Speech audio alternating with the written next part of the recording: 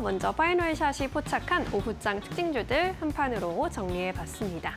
오늘 로봇주안에서는 에브리봇의 흐름 돋보이고 있고요. 또 NHN, KCP 같은 이러한 종목들도 오늘 잘 가고 있습니다. 이 안에서 집중해볼 만한 첫 번째 종목 열어보겠습니다. 네, 롯데케미칼 점검을 해보도록 하겠습니다. 오늘 화학주 전반으로 반등하는 모습이 좀 나타나고 있는데 그 안에서 가장 좀 눈길을 끄는 종목이 바로 롯데케미칼입니다. 오늘 KB증권에서 석유화학의 구조조정이 올해까지 이뤄지고 난 이후로는 흑자 전환할 가능성이 높다라는 분석을 내놨고요. 이에 따라 롯데케미칼에 관심을 가질 시기다라고 봤습니다. 투자 의견을 기존의 홀드에서 바이로 올렸고요. 목표 주가도 6만 원에서 8만 원까지 상향 조정했습니다. 목표 주가 같은 경우에는 석유화학 산업의 구조조정이 마무리되는 2027년의 실적을 기반으로 뽑았습니다. 2027년까지 구조조정이 이어질 텐데 2027년 말에도 사실 실질적인 화학 시황의 수급은 현재와 동일할 것으로 봤습니다. 시황은 같겠지만 롯데케미칼이 흑자 전환할 수 있는 이유로는 국내 설비의 25%가 폐쇄되는 가운데 가동률이 70%에서 93%까지 수준으로 상승한다라는 점을 첫 번째 포인트로 꼽았고요. 뿐만 아니라 적자, 범용 제품의 생산이 감소하게 되면서 안정적이고 고부가의 제품을 가진 비중이 높아지면서 이익률이 개선될 수 있다는 점을 꼽았습니다.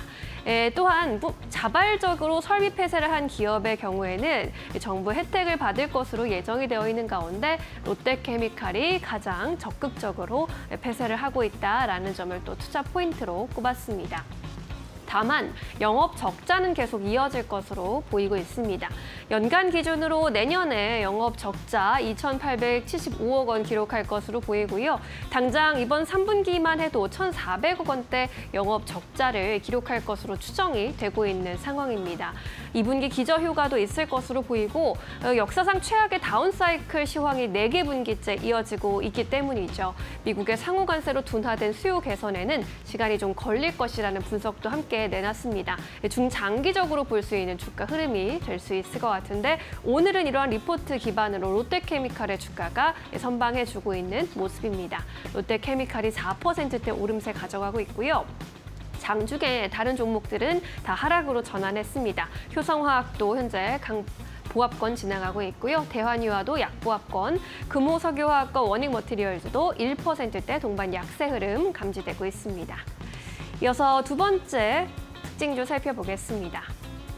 네, 네이버 점검을 해봐야겠죠. 오늘은 네이버 소식 그리고 카카오 소식이 계속해서 시장에서 언급이 되고 있는데 네이버의 경우에는 업비트 운영사인 이 두나무를 완전 자회사로, 손자회사로 편입할 것이다라는 호재가 나타나고 있습니다.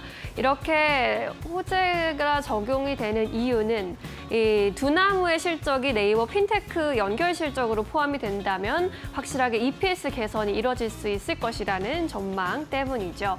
그리고 단순하게 가상자산 거래대금에 대한 수익이 인식되는 것이 아니라 실물 자산과 스테이블 코인 등의 디지털 자산 산업의 확대로 활용될 수 있다는 전망이 나옵니다.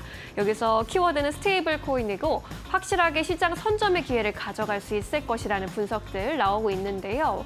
앞으로 구체적인 내용은 11월 네이버 개발자 회의에서 확인할 수 있을 것으로 보이니까요. 이벤트 잘 고려하셔서 투자 전략을 가져가 보시는 게 좋을 것 같습니다. 뿐만 아니라 이 경쟁사인 카카오에 대한 악재로 반사이익도 받아가고 있습니다.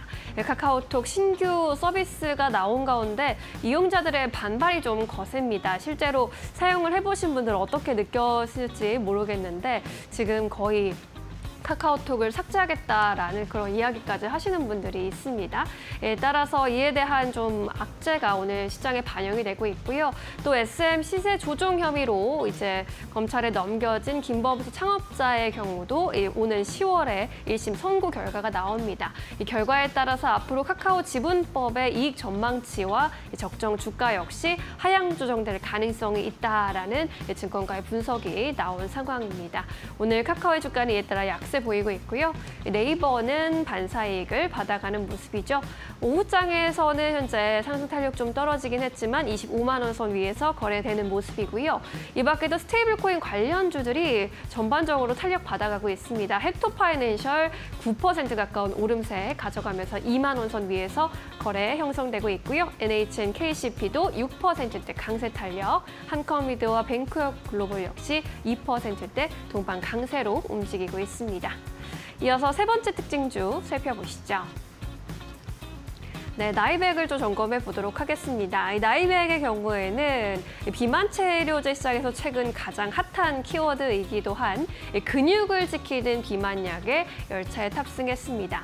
이번 주에 한미약품이 비슷한 소식에 대한 연구 성과를 공개하면서 시장에서 주목을 이끌었는데 나이백 역시 같은 트렌드의 약을 개발하겠다라고 했습니다.